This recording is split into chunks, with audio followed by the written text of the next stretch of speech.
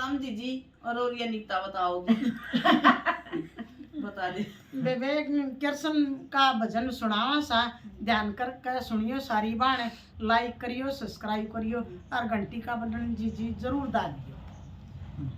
एक रात में दो दो जन्म हुए, एक मथुरा में एक गोकुल में।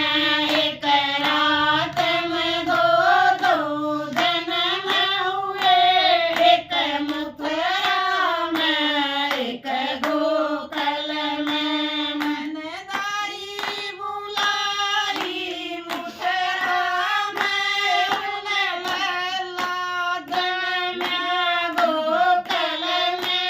मन दाई बुलाई मथुरा में, उन लैला जन्म गोकुल में।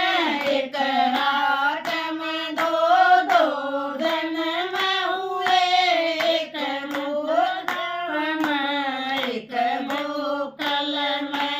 एक रात में दो दो जन्म हुए, एक मथुरा में एक गोकुल में। मनसा से बुलाई मथुरा में, उन पलंग बिछाया गोकुल में।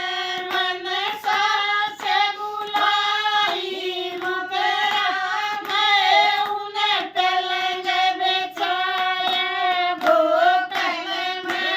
एक रात में दो दो जन्म हुए, एक मथुरा में एक गोकुल में। एक रात में दो दो जन्म हुए, एक मथुरा में एक गोकुल में।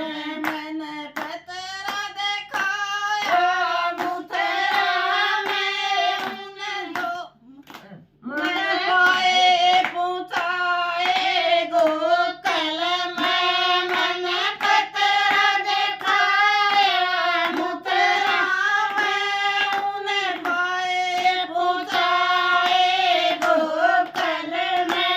एक रात में दो दो जन्म हुए, एक मथुरा में एक गोकुल में। एक रात में दो दो जन्म हुए, एक मथुरा में एक गोकुल में। मन ननद बुलाई मथुरा में, उन पतिया लाए गोकुल में।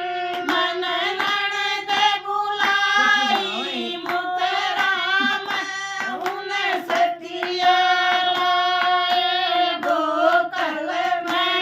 एक रात में दो दो जन्म हुए, एक मथुरा में एक गोकुल में। एक रात में दो दो जन्म हुए, एक मथुरा में एक गोकुल में।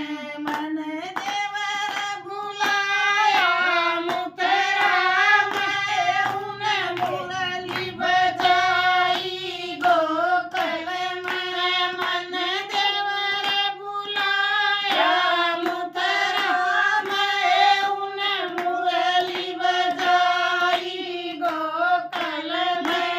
एक रात में दो दो जन्म हुए, एक मथुरा में एक गोकुल में। एक रात में दो दो जन्म हुए, एक मथुरा में एक गोकुल में। बोल कृष्ण भगवान की जय हो।